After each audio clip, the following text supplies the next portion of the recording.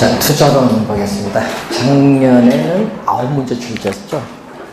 재작년에는 7문제. 저희들이 이제 출제 빈도를 이제 출제위원들이 정할 때 이 투자, 이론과 이 금융을 여기에 세트예요. 투자, 금융 묶어서 30% 출제를 해요. 그러니까 투자가 7문제 낼 때는 금융 5문제 이렇게 뭐 투자가 9문제 낼 때는 금융 3문제 하여튼 합쳐서 12문제가 여기서 출제인데 계산 문제도 제일 많이 여기서 이제 출제를 하죠. 그래서 여러분 30%가 되거든요. 여기. 그래서 이 30%의 반 맞이도 15점이잖아요. 15점. 그래서 이쪽에서 반 이상 맞으면 개로는 80점까지는 가볍게 나와요. 다 틀리면은 이제 60점이 간다 하겠죠. 그러니까 이제 공부하실 때 무엇을 맞출 것인가, 그걸 잘 보면서. 자, 우선 2번 문제로 갑니다. 부동산 투자에서의 재무 레버리지 효과에 대한 내용인데, 자, 이 지렛대 효과죠. 그러니까 지뢰라는 것은 결국은 이 남의 돈, 부채를 지렛대 삼아서 내 수익률을 높이자 이 말입니다. 그래서 지렛대 효과 또는 레버리지 효과죠. 자, 이 지렛대 효과는 부동산을 고가의 상품이니까 부동산을 사는데 일정한 자금은 남의 돈, 타인 자본을 조달할 수밖에 없죠. 타인 자본 또는 차입금을 조달을 해야 돼요. 그러니까 지렛대 효과는 반드시 뭐가 있어야 돼? 타인 자본을 이용을 해야 돼. 막 타인 자본이 없다. 그럼 예를 들어서 뭐를 한다? 전액. 뭘로 출제를 하는 거예요? 전액 자기 자본. 전액 내 돈을 투자하는 거죠. 전액 자기 자본으로 투자를 한다는 것은 타인 자본을 이용하지 않고 전액 자기 자본으로 투자하면 당연히 지렛대 효과는 발생하지 않는 거예요. 지렛대 효과는 발생을 하지 않고, 금융은 뭐죠? 여러분, 금융은 금융기관으로부터 자금을 융통받는 걸 금융인데, 금융이 있어요, 없어요? 전액 자기 자본 투자니까 남의 돈 융자 안 받았으니까 자금을 융통받음으로써 생길 위험도 당연히 없어요. 없다는 걸 늘 염두에 두시면 돼요. 그래서 타인 자본을 이용해 지렛대 효과가 발생하고 전액 자기 자본으로 투자하면 지렛대 효과는 발생하지 않는다라는 것. 우선 비교하면서, 자, 타인 자본을 이용하면요, 부채 비율이 바뀌어요. 자, 부채 비율. 자, 작년에 또 우리 출제된 용어죠. 정답으로 물었습니다. 작년에 이 수식. 여러분, 타인 자본이죠. 자, 타인 자본을 이용하니까, 자, 부동산을 취득을 하는데 총 투자한 금액 중에서 타인 자본인 부채를 얼마나 이용하냐에 따라서 뭐가 달라지죠? 내가 투자한 금액이 달라져요. 내가 투자한 금액이 달라지는 겁니다. 타인 자본을 얼마 이용하냐에 따라서 내가 투자한 금액이 달라져요. 그럼 내가 투자한 금액이 많으냐 적으냐에 따라서 뭐도 달라져요? 수익률도 달라지죠. 이 부채 비율의 변화를 통해서 또 자기 자본, 여러분 지분은 자기 자본입니다. 이 자기 자본 수익률에 미치는 효과를 지렛대 효과인데, 자, 지분 수익률. 우선 올해 또 출제가 예상되는 상당히 중요한 수식이죠. 이건 꼭 기억해야 돼요. 지분 수익률. 지분 투자액에 대한 뭐의 비율? 소득세를 납부하기 전, 세전 현금 수지가 차지하는 비율. 자, 세전 현금 수지는 무엇을 의미하죠? 세전 현금 수지는 영업소득, 순수익에서 대출금에 대해서 우리는 원금이자 갚아야 나가야 되는데, 부채 서비스액은 원리금 상환액을 말하죠. 부채 서비스액은 원리금 상환액.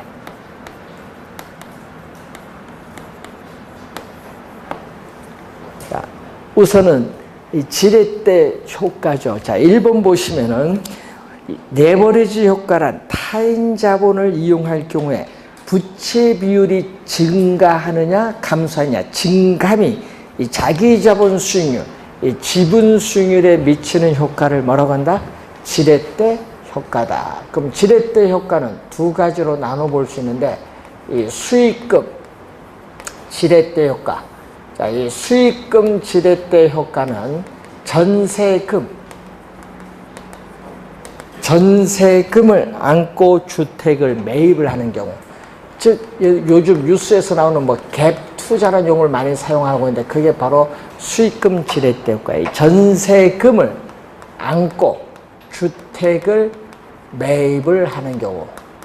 자, 주택 가격이 3억인데 전세금이 2억 5천만 원이다. 그러면은 단순히 얼마만 있으면 돼? 자기는 5천 있으면 그 주택 살 수 있는 거예요. 그래서 전세금을 안고 주택을 매입을 하는 경우를 수익금 지렛대 효과. 그리고 이제 퍼센티지, 수익률. 이제 퍼센티지로 가죠. 수익률 지렛대 효과는 또 세 가지로 나눠봅니다. 플러스 정액 지렛대 효과, 정액 지렛대 효과, 중립적 지렛대 효과, 마이너스 부의 지렛대 효과를 보는데, 여러분 투자의 장점은, 여러분 투자를 하려면요 요걸 누려야 돼. 정액 지렛대 효과를 누리기 위해서 투자를 합니다. 여러분 손실 보기 위해서 투자는 안 하잖아요. 뭐 이익을 보기 위해서 투자하는 건데, 그러면 이 정액 지렛대 효과는 이 조건이 있겠죠. 우선 자기 자본에 대한 수익률. 근데 여러분 남의 돈을 이용하니까 이 남의 돈을 지렛대 삼아서 요 내 수익률을 높여야 되거든요. 그러면 이 지분 수익률이 이제 비교를 하는데, 이 종합 수익률. 자, 시험 문제는 또 종합 수익률을 다른 용어로 출제를 많이 하죠. 우선은 총 투자 수익률로도 시험에 많이 나오고요. 또는 총 자본 수익률로도 많이 나죠. 종합 수익률을 다른 말로 총 투자 수익률, 총 자본 수익률이라고 합니다. 자, 분모는 부동산을 취득을 하는데 뭐죠? 총 투자 금액에 대해서 영업소득, 순수익이 차지하는 비율인데, 여러분 올해 시험에 요 두 개 모르면 올해 큰일 나요. 올해 시험은 요 두 개 반드시 알고 들어가야 됩니다. 꼭 알고 들어가야 돼요. 왜? 원래 출제하니까. 모르면 큰일 납니다.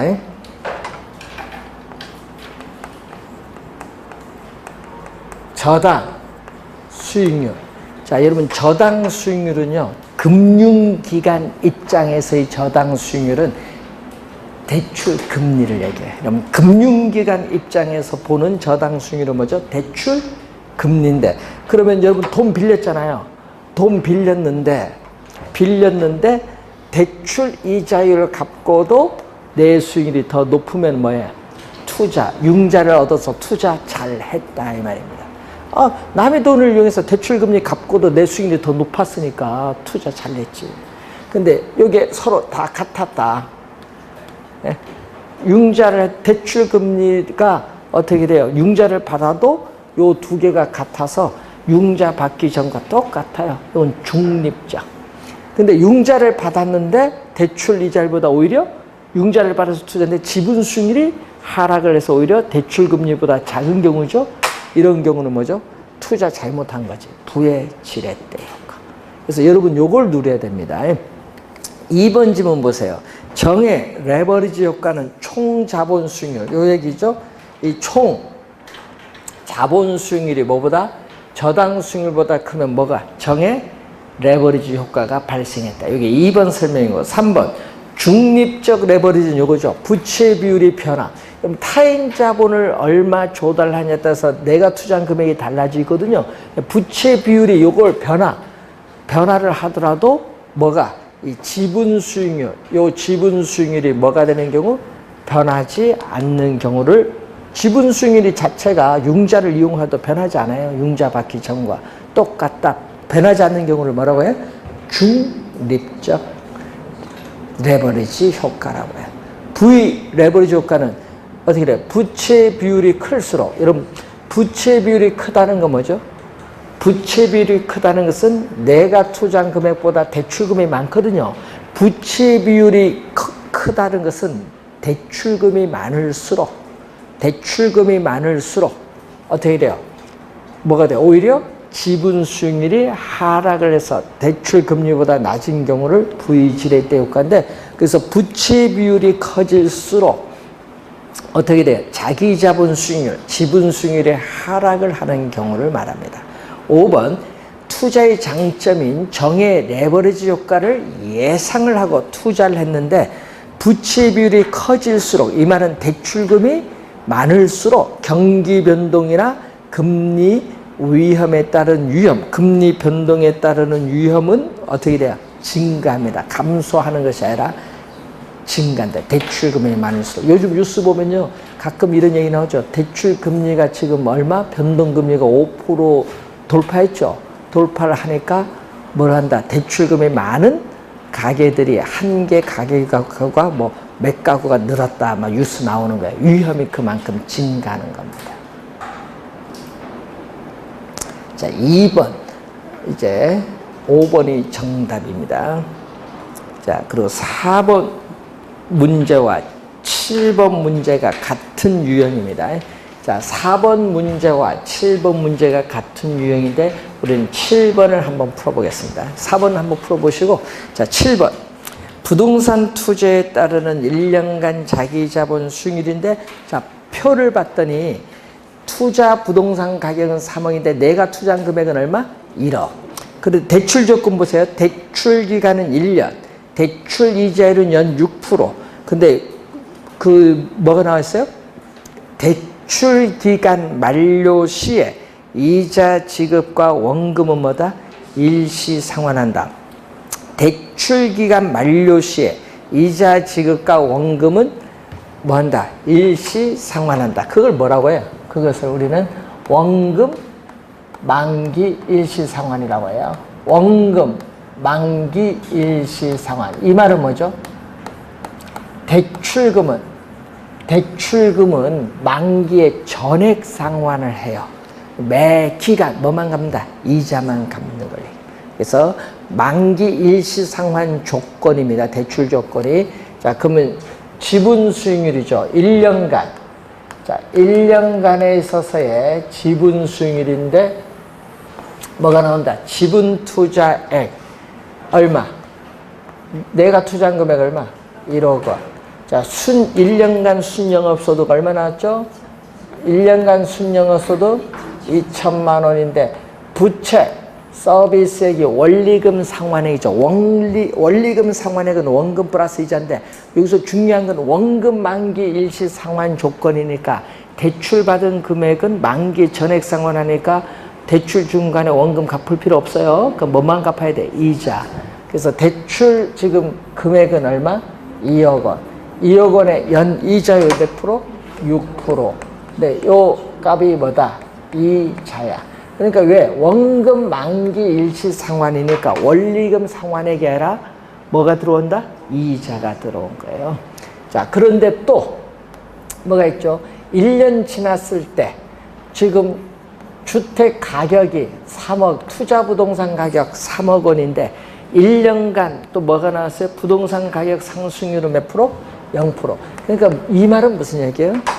3억에 부동산 샀는데 1년 지나도 3억이에요. 그러면 가격 변화가 없으면 이득 없죠? 만약 가격이 오르면 이득 얻었지, 여러분은.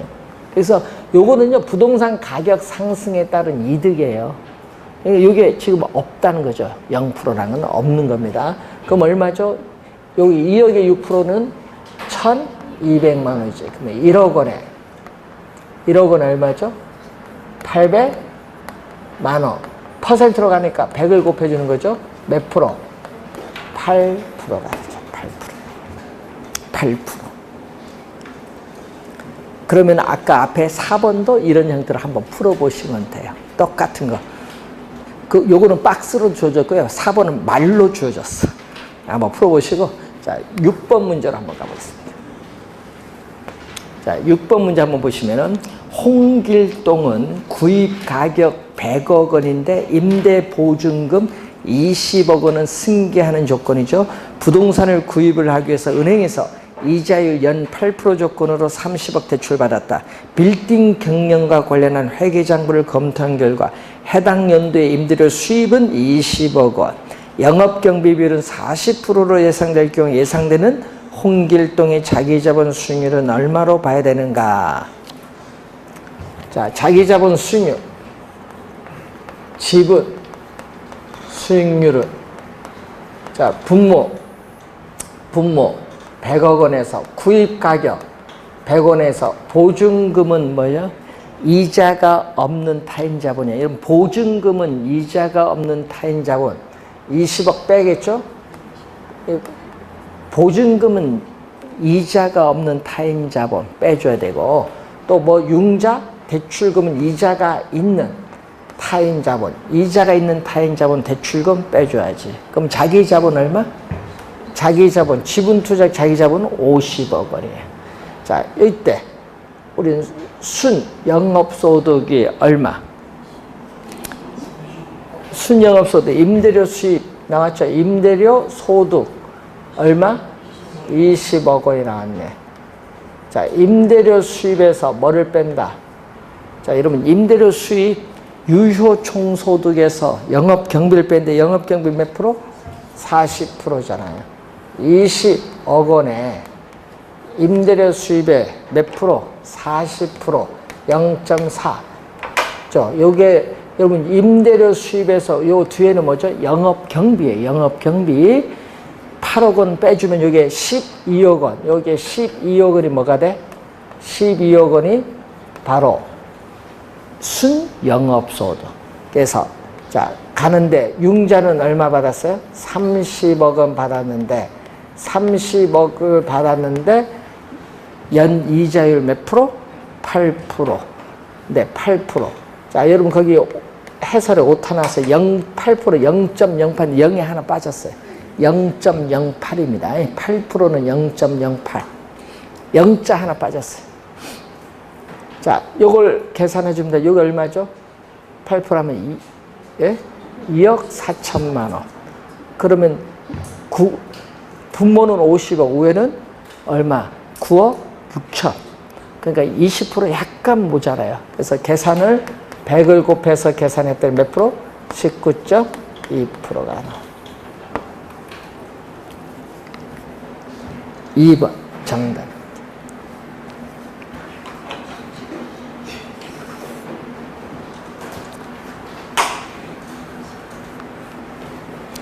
자, 여러분 말로도 출제 많이 하거든요. 말로서도 출제하고요. 계산 문제 나오면은 지분 수익률 구하는 계산 문제를 내요. 계산 문제 나오면 지분 수익률 구하는 거 내고요. 또 이론으로도 많이 출제를 합니다. 올해 지렛대 효과는 출제 예상되는 부분이기 때문에 잘 정리하고 올해는 들어가셔야 되겠습니다. 8번 수익률이죠.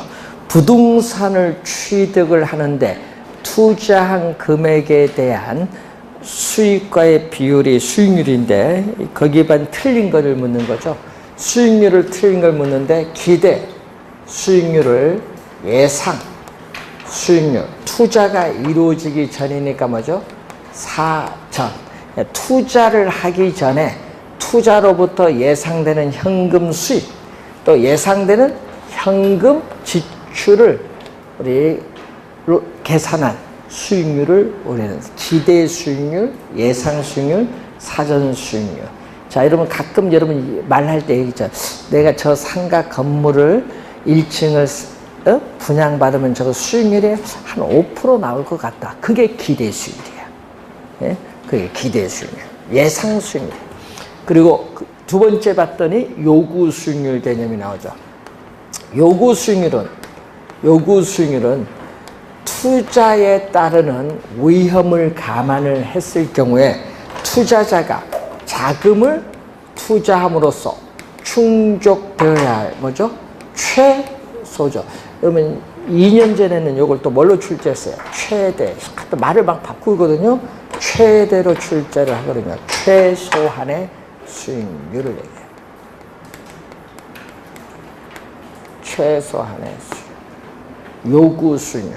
그래서 요구 수익률은 투자 안에 있어서의 무슨 개념? 기회비용 개념. 투자 안의 기회비용의 개념이고, 요구 수익률은 뒤에 가서 또 배우겠지만 투자 주체에 따라 요구 수익률은 달라질 수 있기 때문에 주관적 수익률이죠. 또 투자 주체에 따라 요구 수익률은 달라질 수 있기 때문에 무슨 수익률? 주관적 수익률이면서 우리는 외부 수익률입니다. 자, 그리고 실현, 투자가 이루어지고 난 이후에 실제 달성된 수익률이기 때문에 실제 수익률이라고 하고, 또 투자가 이루어지고 난 이후니까 뭐죠? 사후 수익률. 또는 이미 작년 1년 운영했더니 3% 수익이 발생했다. 그게 바로 과거에 이미 달성된 수익률. 과거에 이미 달성된 수익률을 우리는 역사적 수익률이라고 해요. 역사적.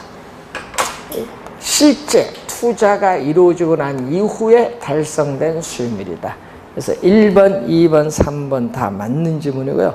4번은 내부 수익률 개념인데 나중에 우리 배우겠지만은 내부 수익률은 부동산 투자로부터 장래 예상되는 현금 유입에 있어서의 현재 가치와 또 장래 예상되는 현금 유출, 돈 나간 거죠? 이것을 서로 각계 현금 유입의 현가와 현금 유출의 현가를 서로 이렇게 각계 만드는 할인율을 우리 뭐라고 한다?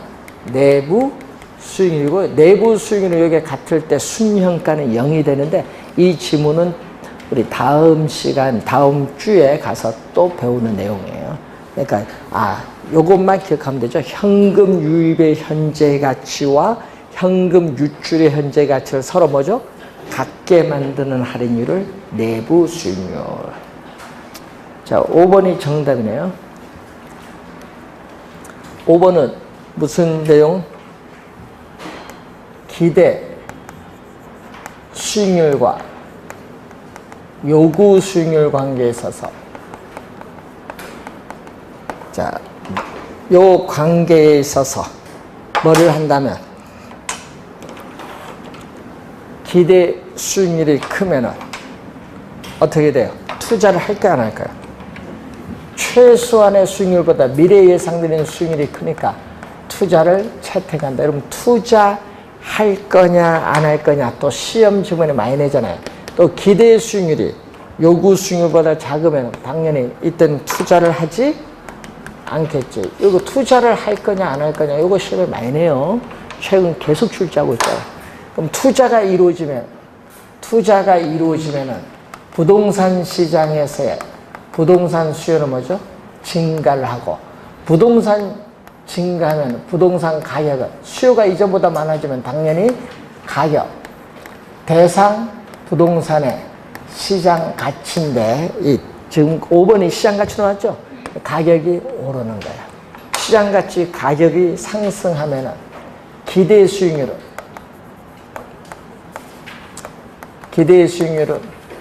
부동산 가격, 시장 가치입니다. 부동산 가격에 대한 순수익인데, 순수익은 일정을 하니까 부동산 가격이 여러분 투자 금액이거든요. 투자 금액 부동산 가격이 이전보다 더 많아요. 5억인데 10억 이렇게 더 많아지면은 당연히 수익률은 뭐죠? 투자 금액이 이전보다 많아지면 수익률은 하락을 해요. 그러니까 여러분 5번에 요구 수익률은 점차 하락하는 것이 아니라 뭐가 하락? 기대 수익률이 점차 하락. 5번 정답. 기대 수익률이 하락합니다. 기대 수익률이 하락을 하는 거예요. 기대 수익률. 요구 수익률이 아니라 뭐가 하락? 기대 수익률. 요구 수익률은 최소한의 수익률이에요. 그러니까 기대 수익률이 하락한다는 걸 염두에 두셔야 됩니다. 자, 9번 문제로 갑니다. 위험과 수익에 대한 설명으로 틀린 것은 위험이란 실현된 결과가 예상된 결과로부터 벗어날 가능성, 달라질 가능성이죠. 자, 위험은 미래의 불확실성의 정도인데 이 실현된 결과가 예상한 결과로부터 달라질 가능성, 벗어날 가능성인데 실현된 결과는 실현, 수익률을 말하고 예상한 결과는 기대, 수익률인데 자, 여러분 미래에 예상되는 기대 수익률이 5%인데 실제 투자가 이루어지고 달성된 수익률도 5% 같았다. 같으면요, 위험이 존재하지 않았다. 그래서 요 두 수익률의 차이가 발생하면 이게 바로 위험이 있다는 거예요. 그는 실제 달성된 수익률이 이 기대 수익률, 실제 달성된 수익률이 기대 수익률에 가까이 간다. 차이가 적을수록 위험은 낮다. 이 실제 달성된 수익률이 기대 수익률부터 멀리 벗어난다. 차이가 크면 위험은 높다는 걸 얘기해요. 같을 때 위험이 없다는 거죠. 자, 2번. 위험 회피적인 행동을 한다는 것은 사람들이 위험을 전혀 감수, 부담하려고 하지 않는다는 것을 의미하는 것은 아니다. 즉, 위험을 어느 정도 부담을 하여 투자를 합니다. 세 번째, 위험 회피적이라는 의미는 투자자들이 두 개의 투자 대안의 기대 수익률. 자, 여러분이 위험, 회피. 자, 대부분의 투자자는 위험 뭐죠? 회피형이에요. 위험. 대부분의 투자자는. 자, 위험, 회피형 투자자를 우리는 합리적 투자자예요. 자, 합리적 투자자인데, 예, 행위. 합리적 투자자의 행위인데, 아파트 상가 두 개의 투자 대안이 있을 때, 이 두 개의 투자 대안의 기대 수익률이 동일하다. 동일할 경우에는 위험이 낮은 거. 그러니까 거기 뭐죠? 위험이 낮은 걸 뭘로? 덜로 표현했죠. 덜 위험한. 시험에 나올 때 덜이냐 더나 잘 봐야 돼요. 지금 요걸로 표현했어요. 여기 아니라. 덜 위험이라는 것은 위험이 낮다는 거예요. 이 지문 주의하겠죠. 덜에 동그라미 치워 두시면 되겠습니다. 덜 위험한. 또 위험이 같을 때는 두 개의 투자 대안에 위험이 같을 때는 기대 수익률이 높은 투자를 선택을 하는 것을 말하죠. 자, 무위험률은 장래에 기대되는 수익이 확실한 경우의 수익률, 확실에 비추어. 즉 무슨 얘기예요? 예를 들면 국채 수익률이거든요. 위험이 제로, 위험을 전혀 수반하지 않을 경우에 얻을 수 있는 수익률을 무위험률이라고 하죠. 자, 5번 정답인데 투자자가 부담하는 위험이 작으면 작을수록 요구 수익률은 커진다 하니까 틀렸죠. 투자자가 부담하는 위험이 크면 클수록 요구하는 투자자의 수익률도 커집니다. 5번 정답인데 그 5번이 10번의 1번이죠.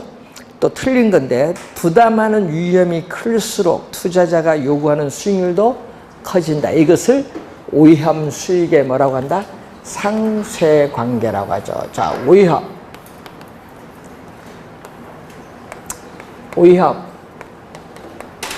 기대 수익률에서 위험이 제로일 때 여기 2%다. 얻을 수 있는 요 수익률이 바로 뭐죠? 이 2%가 바로 뭐? 무위험률. 무위험. 자산의 수익률 또는 무위험률이고 위험이 없을 경우다 보니까 이 무위험률은 위험과는 아무런 관계가 없다. 무위험 자산, 대표적 국채. 그래서 위험을 전혀 수반하지 않을 경우에 얻을 수 있는 수익률. 즉 장래에 기대되는 수익이 확실한 경우의 수익률인데 그러니까 위험이 위험이 높든 낮든 이 무위험률의 크기는 변화가 없죠. 그래서 무위험률의 크기는 순수한 시간에 대한 대가를 말한다.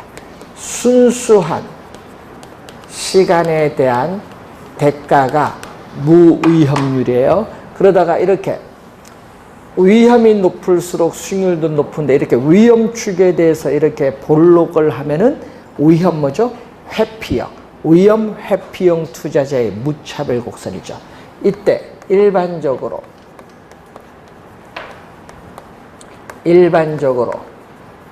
위험과 수익은 무슨 관계 있다? 비례 관계 있다. 일반적으로 위험과 수익은 비례 관계에 있다라는 건데, 즉 투자자가 부담하는 위험이 높으면 높을수록 투자자가 요구하는 수익도 커진다는 걸 의미하는데, 이 화살표가 같은 방향으로 변동하면 플러스입니다. 이 플러스 관계를 비례 관계인데, 이것을 우리 뭐라고 하죠? 위험 수익에 뭐라고 표현했죠? 상쇄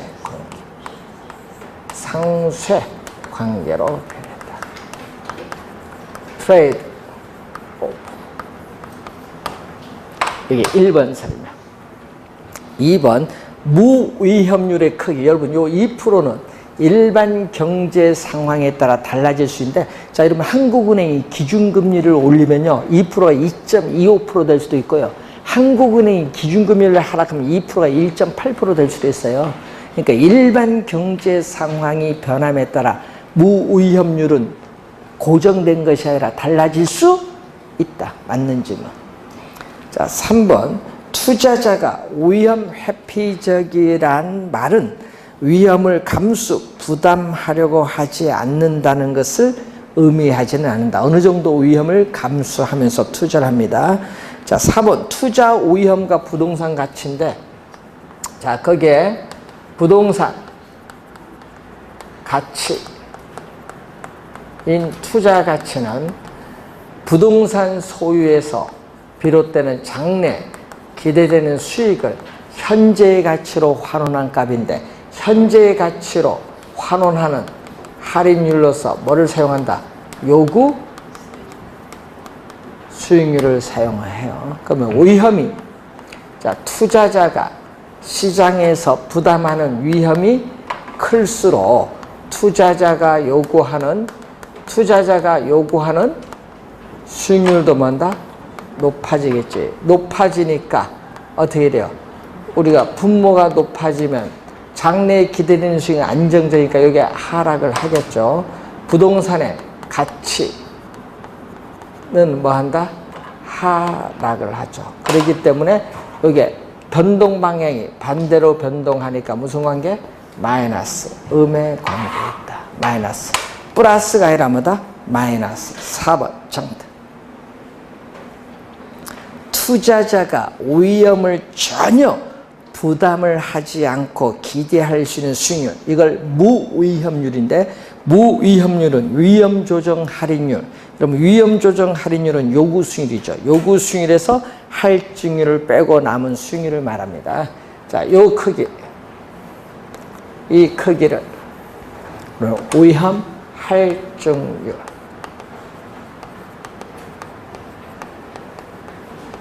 위험 할증률을 얘기해요. 리스크 프리미엄. 자, 이 프리미엄을 할증률을 하는데, 이 시장에서 증대되는 위험에 대한 대가를 말하죠. 그래서 투자의 대가에는 수익이 따르기 마련인데, 그 수익에는 순수한 시간에 대한 대가, 위험에 대한 대가 둘 다 포함되어 있죠. 이때 요구 수익률은 무위험률, 위험을 전혀 수반하지 않을 경우에 얻을 수 있는 수익률이 무위험률에다가 시장에 증대되는 위험에 대한 대가인 할증률을 가산한 이 요구 수익률을 우리는 위험 조정률 또는 위험 조정 할인율이라고 해요. 네? 그러면은 이때 어디서 요구 수익률에서 요걸 빼겠죠. 요구 수익률에서 요걸 빼면 뭐가 나온다? 무위험률이 나온다. 이게 5번 설명. 자, 11번 문제로 갑니다. 부동산 투자의 위험과 수익에 관한 설명으로 틀린 것은, 자, 요것은, 요 각도가 뭐죠? 이 각도는 투자자의 위험에 대한 회피도인데, 위험 회피도가 클수록, 투자자의 위험에 대한 회피도가 클수록 무차별 곡선의 기울기는 급해져요. 자, 이때 무차별 곡선의 기울기가 완만한 것은 누구? 공격적인 위험 회피형 투자자. 무차별 곡선의 기울기가 크면은 보수적인 위험 회피형 투자자인데, 자, 갑니다. 동일한 위험 증가. 자, 지금 여기서 이만큼 위험이 증가했어요. 여기서 예를 들면 뭐 5%에서 뭐 6%로 이렇게 위험이 1% 증가했어요. 동일한 위험 증가에 대해서, 자, 동일한 위험의 증가에 대해서 공격적인 위험 회피형 투자자는 이만큼 수익률을 요구할 거고, 누구는 보수적은 얼만큼? 이만큼 수익을 요구하겠지. 그러니까 보수적인 위험 회피형 투자자가 동일한 위험 증가에 대해서 공격적인 위험 회피형 투자자보다 더 높은 수익률을 요구한다. 여기 1번 설명. 2번, 투자 결정은 기대 수익률과 요구 수익률을 비교하면서 이루어지는데, 투자자는 기대 수익률이, 이렇게 기대 수익률이 요구 수익률보다 크면은 투자 채택을 하게 되고, 세 번째, 요구 수익률이 어떻게 돼요? 이렇게 요구 수익률이 기대 수익률보다 크면 투자가 이루어지지 않죠. 투자가 이루어지지 않으면은 부동산 시장에서의 수요는 줄어들지. 수요가 줄어들면 부동산 가격은 뭐 한다? 하락을 하고, 부동산 가격이 하락하면 기대 수익률은 부동산 가격에 대한 순수익인데, 부동산 가격, 투자 금액이 이전보다 하락을 하면 전체 기대 수익률은 점점 상승. 이때 기대 수익률이 점점 이렇게 상승합니다. 그래서 3번에 맨 끝에 기대 수익률은 점차 상승. 상승이 포인트고, 4번 부동산 투자에서 일반적으로 위험과 수익은 무슨 관계 있다? 예? 비례 관계. 반비례가 아니라 뭐죠? 반비례가 아니라 비례 관계. 4번 정답. 위험 추구형 투자자. 이러면 투자자의 위험에 대한 태도는 크게 세 가지가 있죠. 위험 회피형 투자자, 위험 중립형 투자자, 위험 추구형 또는 위험 선호형인데, 이렇게 나오죠. 위험 기대 수익률 평면에서 무차별 곡선이 이렇게, 무차별 곡선이 이렇게 위험축에 대해서 오목하게 오면은 이렇게 요거는 뭐다? 추구형, 위험 선호형, 위험 추구형 투자자. 위험 추구형 투자자의 무차별 곡선. 즉, 높은 수익을 획득하기 위해서 기꺼이 큰 위험을 감수하겠다는 형태의 투자자. 5번 개념이 되겠습니다. 항상 기본적인 개념인데, 여러분 요즘에 요 그림을 이용해서 이해를 해야 되거든요. 그림 갖고 이해를 하는 문제들 많이 내고요. 여기서 무위험률이 어떻게 돼요? 오르면 요구 수익률도 뭐한다? 상승하고, 위험에 대한 대가인 할증률이 높아지면 요구 수익률도 뭐한다? 상승하죠. 또 여기에 영향을 미치는 또 하나의 중요한 요소 중에 뭐가 있어요? 인플레이션 있죠. 자, 인플레이션이 예상되는 경우에는 예상 인플레이션율만큼 투자자의 요구 수익률도 더 높아지죠. 요구 수익률 더 높아지는 걸 우리는 피셔라는 학자 이름 따서 무슨 효과? 피셔 효과라고 해요. 근데 물가가 인플레이션이 아니라 디플레이션이 나오면 어떻게 돼? 물가가 지속적으로 하락하는 디플레이션이 나오는데, 인플레이션일 때는 돈의 가치가 떨어지니까 투자자는 손해를 안 보기 위해서 더 해주는데, 디플레이션 하면 여기 뭐 해준다? 빼주죠. 디플레이션율은 빼줘야 되는데, 여러분이 그 관련해서 문제가 하나 있어요. 142페이지에 20번 보시면은 금융기관의 안정된 예금금리. 여러분, 금융기관의 안정된 예금금리는 여기 8%고요. 오염할증률이 몇 프로? 5%. 근데 거기에 또 뭐죠? 예상되는 디플레이션. 요 디플레이션율이 몇 프로다? 3%니까 몇 프로?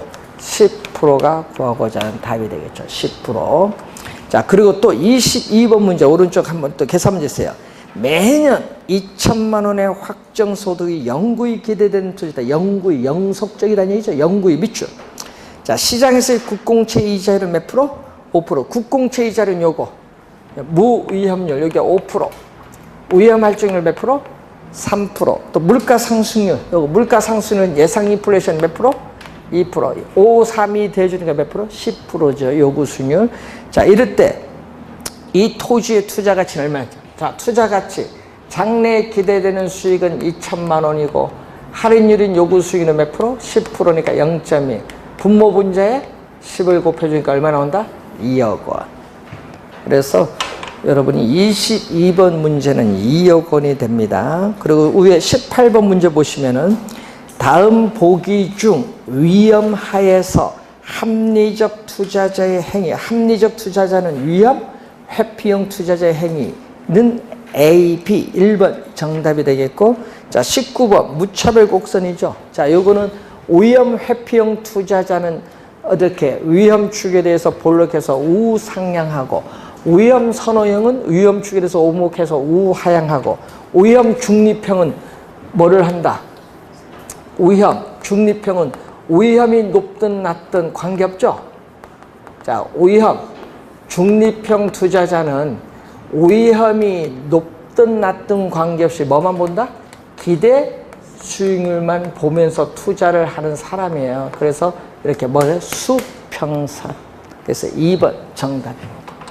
19번은 2번 지문이 정답. 자, 몇 가지 사항을 같은 내용이니까 한번 확인해 봤고요. 자, 여러분 교재의 그 위험의 정가에 관련해서 12번 문제인데 139페이지에 12번 문제는 잠시 쉬고 설명하겠습니다.